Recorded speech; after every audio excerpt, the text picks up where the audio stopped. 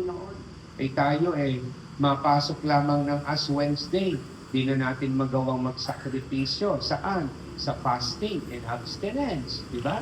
Papasok muli ang Good Friday.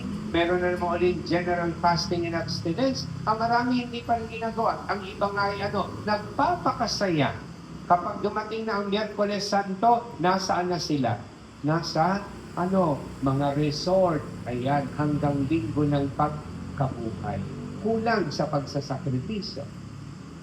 Kaya nga tinuturuan tayo ng simbahan tuwing dumarating ang panahon ng Kwaresma, anong meron tayo? Sabi doon, pagpapaliban muna sa pagkain ng merienda.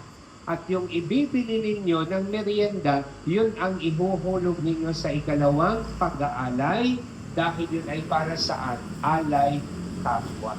That is a form of sacrifice. Yung ikaw ay hindi kakain ng karne kapag araw ng Biyernes, that is a form also of sacrifice. Minsan sasabihin ng iba, Father, matanda na kami, kailangan namin itong kainin. Sa matanda po, fasting ang ino-observe. Ang abstinence po, hindi. Kasi pag sinabing abstinence ay papagpaliban mo lang naman yon.